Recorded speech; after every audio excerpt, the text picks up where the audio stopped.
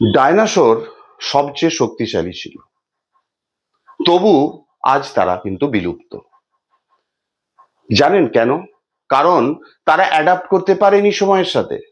প্রকৃতিতে যারা বেঁচে থাকে তারা কিন্তু সবচেয়ে শক্তিশালী না।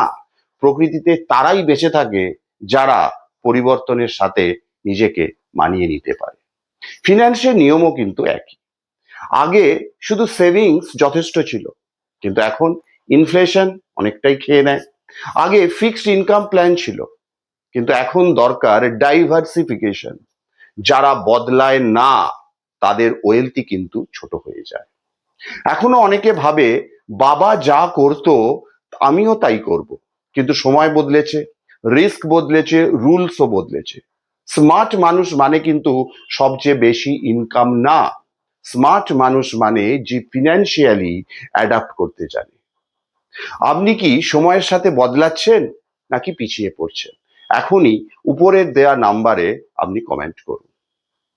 আর ফিন্যান্স রিলেটেড এরকম বহু ইনফরমেশন পেতে অবশ্যই এই চ্যানেলটিকে আপনি সাবস্ক্রাইব করবেন। Thank you.